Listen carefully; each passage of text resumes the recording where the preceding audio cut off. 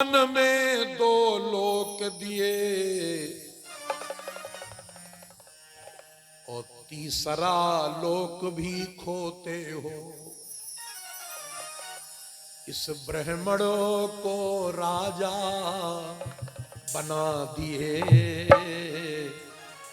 यह स्वयं भिखारी होते हो।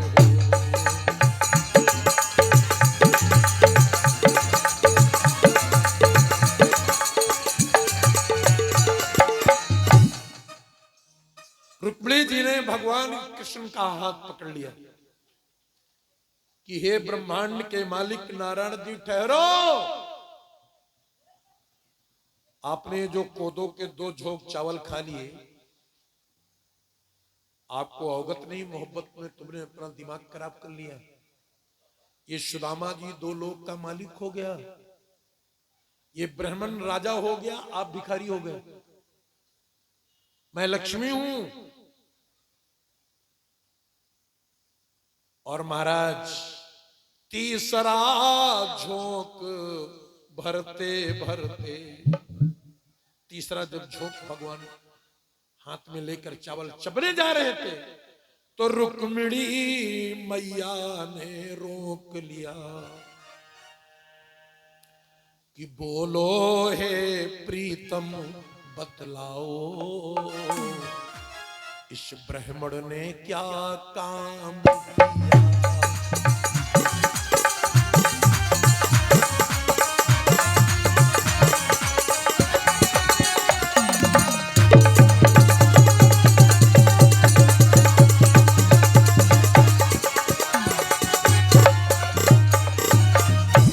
लक्ष्मी जी नाराज खड़ी भगवान के बगल। विष्णु जी बोले क्या हुआ? लक्ष्मी जी बोली क्या हुआ?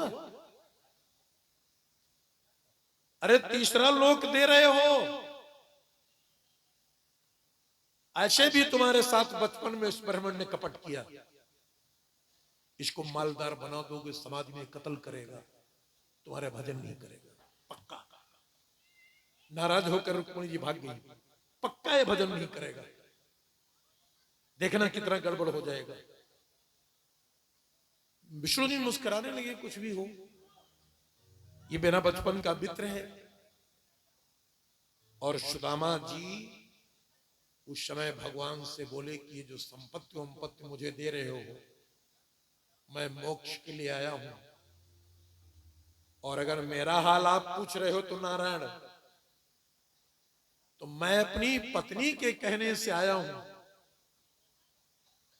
और आप अगर जिसको मिलते हो तो मैं एक बात कंफर्म कर दूं नारायण जी, 1 मास 2 पाख में 2 एकादश होए, और आपकी ऐसी कृपा भई कि यहां रोज एकादश हो।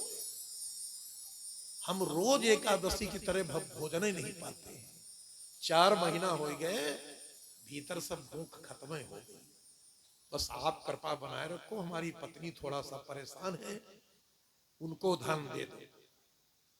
हम नहीं मांग रहे कुछ ना, हमको चाहिए भी नहीं कुछ।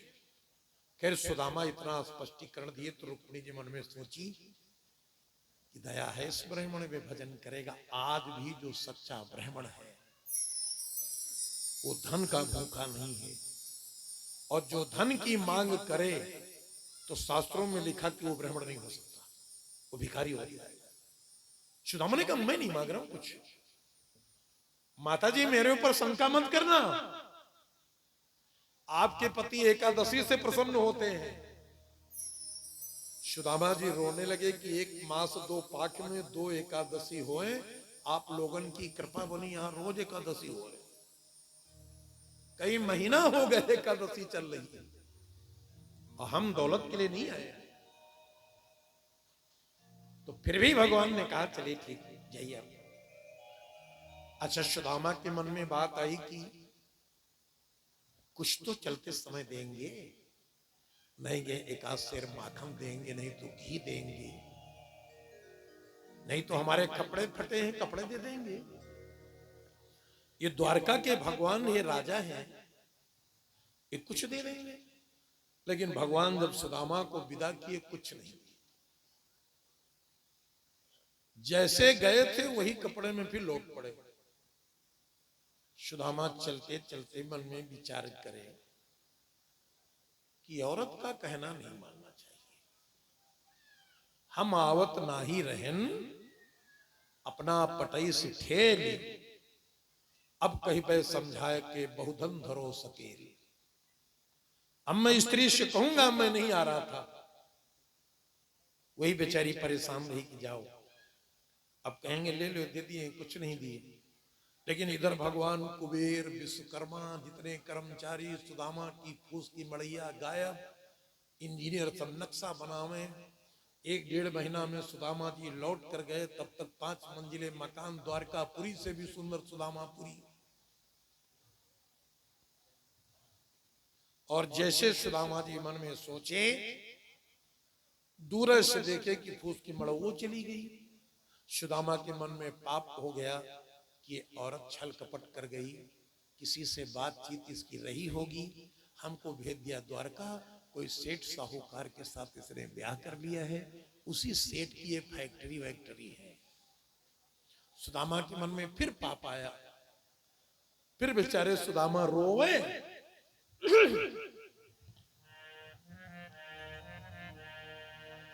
कि कहवा गई रे मोरी टूट